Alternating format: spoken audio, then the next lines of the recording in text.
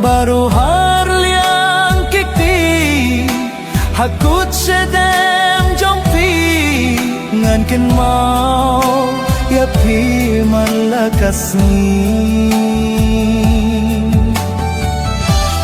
tang haki jin perkha bat pingan don ringka tang haki jing pasni jing